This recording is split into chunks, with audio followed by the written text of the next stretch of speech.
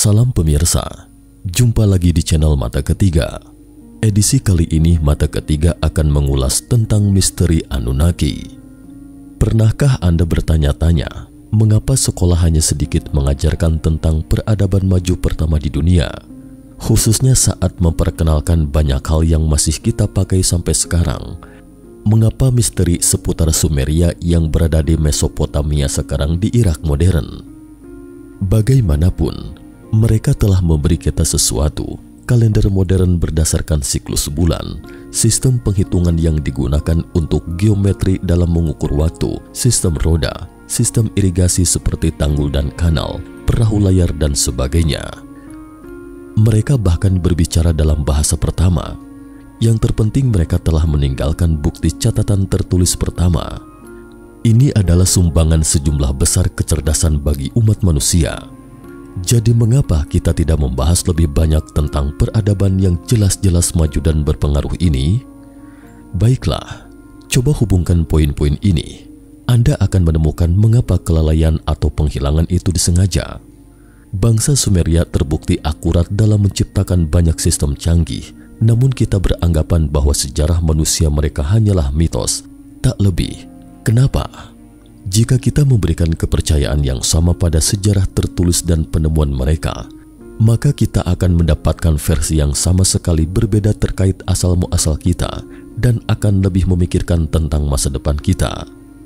Jadi biarlah para arkeolog terus berdebat tentang sejarah dan evolusi manusia. Jika Anda menggali di sumbernya, akan ditemukan peradaban pertama yang mengungkap catatan sejarah masa lalu kita. Naskah kuno Sumeria. Pada tahun 1849, Sir Austen Henry Layard, seorang arkeolog Inggris dan penjelajah dunia, berada di antara reruntuhan kota Babilonia kuno di Mesopotamia Selatan. Di sana ia menemukan 14 potongan tablet pertama yang akhirnya akan menjadi salah satu teka-teki arkeologi paling kontroversial, tablet cuneiform, tulisan Baji. Saat ini, itu adalah karya tertua yang diketahui, berasal dari abad ke-24 sebelum Masehi. Meskipun cerita mereka sangat mirip dengan teks kuno lainnya, mereka memberikan interpretasi baru dari dokumen sakral kuno lainnya yang pernah Anda lihat.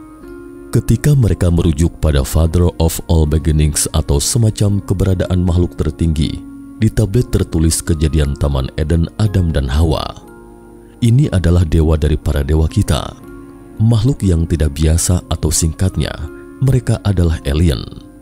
Dua tablet pertama menjelaskan siapa mereka dan dari mana asalnya. Tablet 3 menceritakan tentang 6 hari penciptaan atau pemukiman di bumi. Kemudian mereka menjelaskan bagaimana manusia dimanipulasi secara genetik oleh orang-orang ini dan tidak berevolusi secara acak. Bahkan teknologi yang diberikan oleh bangsa Sumeria juga berasal dari makhluk-makhluk ini. Apakah sekarang Anda tertarik untuk mengetahui pandangan Sumeria tentang sejarah kita? Berikut ini adalah legenda yang dipilih dari 14 tablet tanah liat. Kemiripannya dengan sumber kuno lainnya. Menurut tablet tanah liat Sumeria, mereka menyebutnya dewa pencipta datang ke bumi 445.000 tahun yang lalu. Satu-satunya penghuni di bumi adalah binatang liar dan binatang yang belum dijinakan serta nenek moyang awal manusia. Makhluk-makhluk ini disebut Anunnaki, artinya makhluk yang turun dari langit.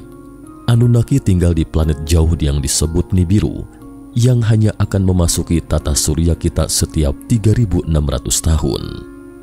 Mereka mendeskripsikan diameter planet Nibiru berkali-kali lipat dari bumi, kaya akan oksida besi, dan membuat sungai serta danau menjadi merah. Mengenai catatan samping Nibiru, menurut catatan tablet, atmosfer Nibiru mulai memburuk dan menjadi tempat yang berlawanan terhadap kehidupan.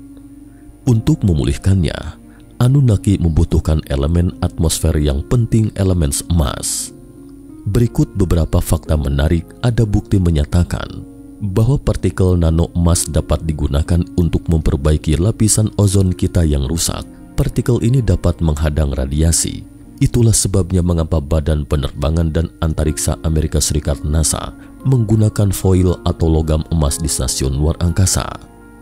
Ketika saat ini NASA mengetahui bahwa ada 8 planet di tata surya kita, banyak spekulasi mengenai guncangan orbit kedua planet tersebut mengacu pada gaya gravitasi dari suatu objek yang sangat besar dan belum ditemukan. Penemuan benda ini bisa dilacak kembali pada puluhan tahun lalu, namun pada Oktober 2017, NASA menerbitkan artikel berjudul Super Earth That Came Home for Dinner. NASA menulis, sekarang ada 5 bukti pengamatan berbeda yang menunjuk pada keberadaan planet 9.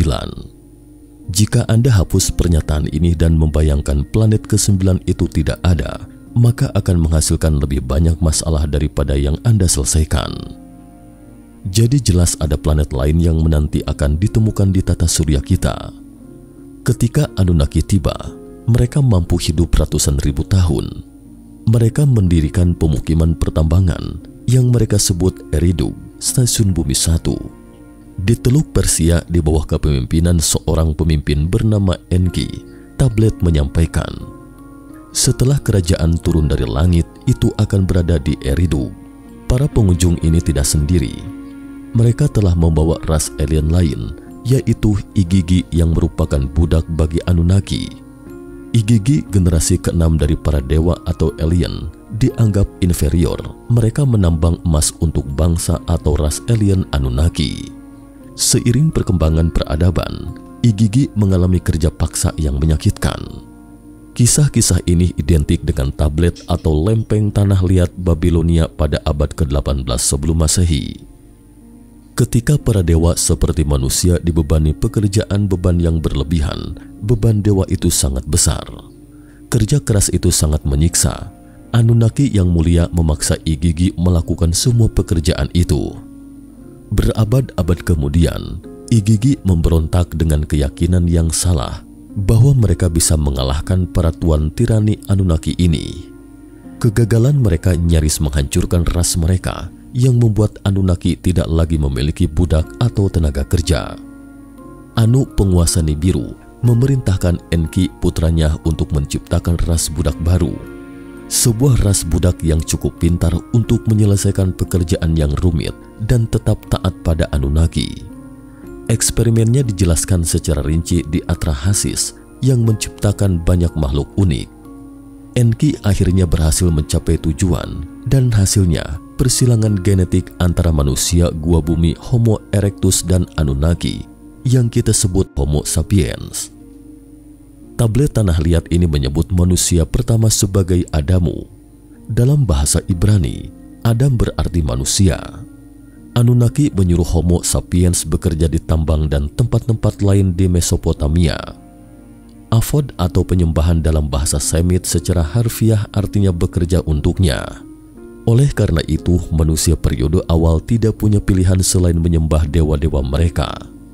Menurut hieroglif dan catatan tertulis, bangsa Anunnaki yang kita kenal telah hidup selama berabad-abad dan merupakan raksasa dibandingkan dengan Homo sapiens.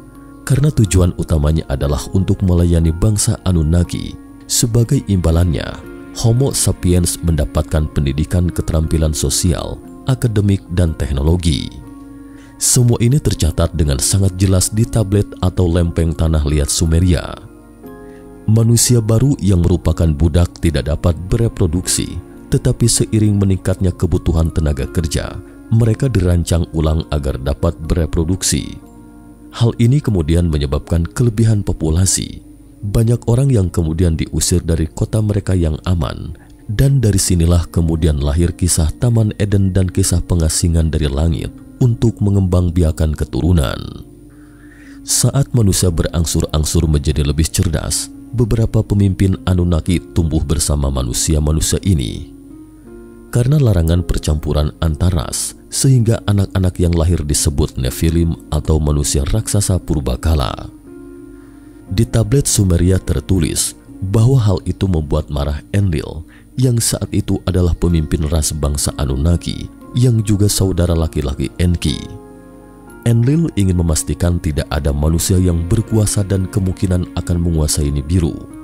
Tentu saja persilangan meningkatkan risiko ini, tapi ini juga di luar kendalinya Enlil. Dalam beberapa ribu tahun kemudian, jumlah manusia bertambah.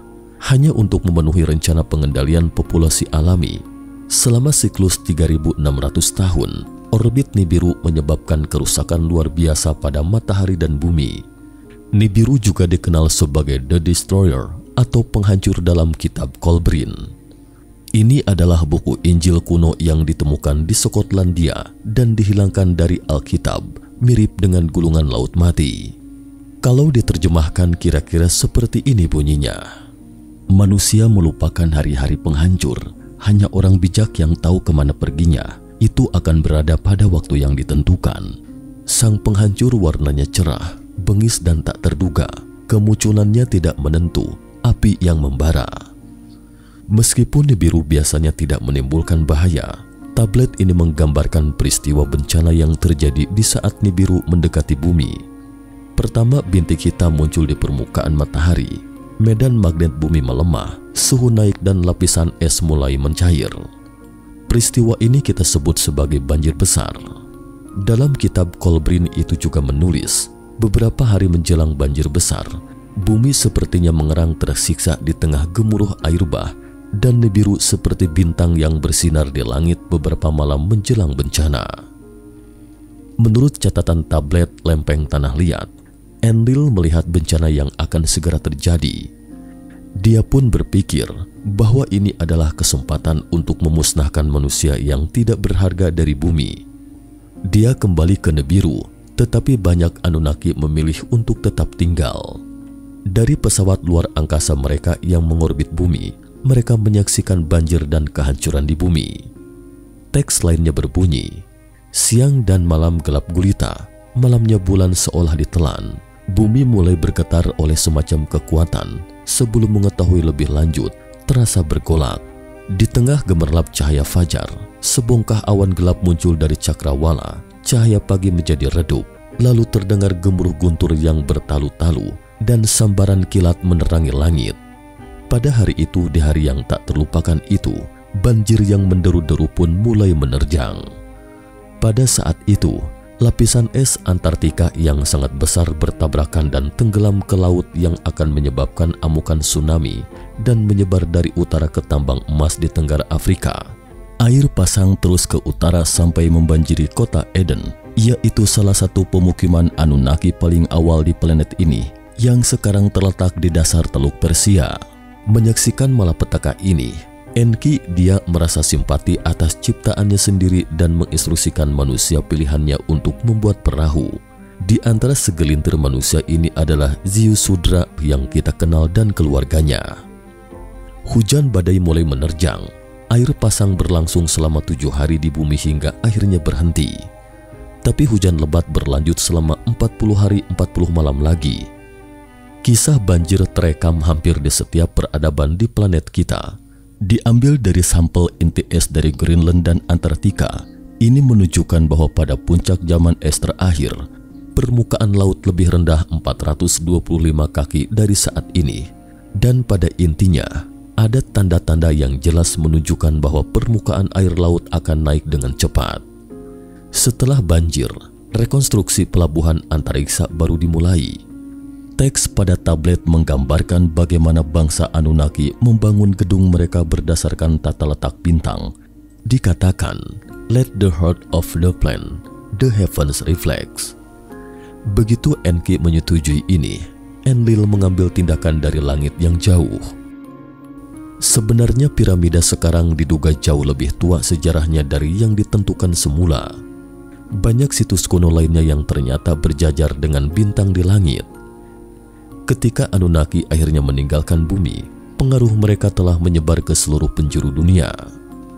Dari Mesopotamia sampai India hingga kemudian ke Amerika Selatan. Sebelum mereka pergi, mereka menganugerahkan peradaban Sumeria kepada manusia, sebuah era maju yang tak dapat dijelaskan, yang tiba-tiba muncul sebagai budaya yang matang dan sangat terorganisir entah dari mana. Anunnaki mengajarkan cara hidup bangsa Sumeria dan mendirikan monarki. Masalahnya yang menarik sekarang adalah raja akan menjadi utusan bangsa Anunnaki di bumi, memerintah masyarakat manusia sesuai dengan prinsip kuno. Satu hal yang tidak diketahui, garis keturunan kerajaan secara genetik dimanipulasi oleh Anunnaki. Hal ini nantinya menguatkan kebencian dari para bangsawan terhadap reproduksi antar kelas. Ada yang menduga bahwa Anunnaki memanfaatkan hal ini untuk mengendalikan bumi, dan ini sudah berlangsung selama berabad-abad bahkan milenium lamanya. Sementara ada juga yang menduga bahwa Nibiru mungkin akan mendekati planet kita lagi, seperti yang ditunjukkan tablet atau lempengan tanah liat. Kemudian Anunnaki akan kembali dan mendapatkan kembali kendali atas ras budak yang mereka ciptakan. Ini menjelaskan mengapa catatan sejarah Sumeria dirahasiakan. Bagaimanapun 3600 tahun akan memasuki siklus baru. Sekarang setelah Anda tahu apa yang orang dahulu pikirkan tentang asal-usul kita, mungkin Anda akan mengambil keputusan. Nah pemirsa, cukup sekian dulu. Terima kasih atas perhatiannya. Sampai jumpa di episode berikutnya. Salam.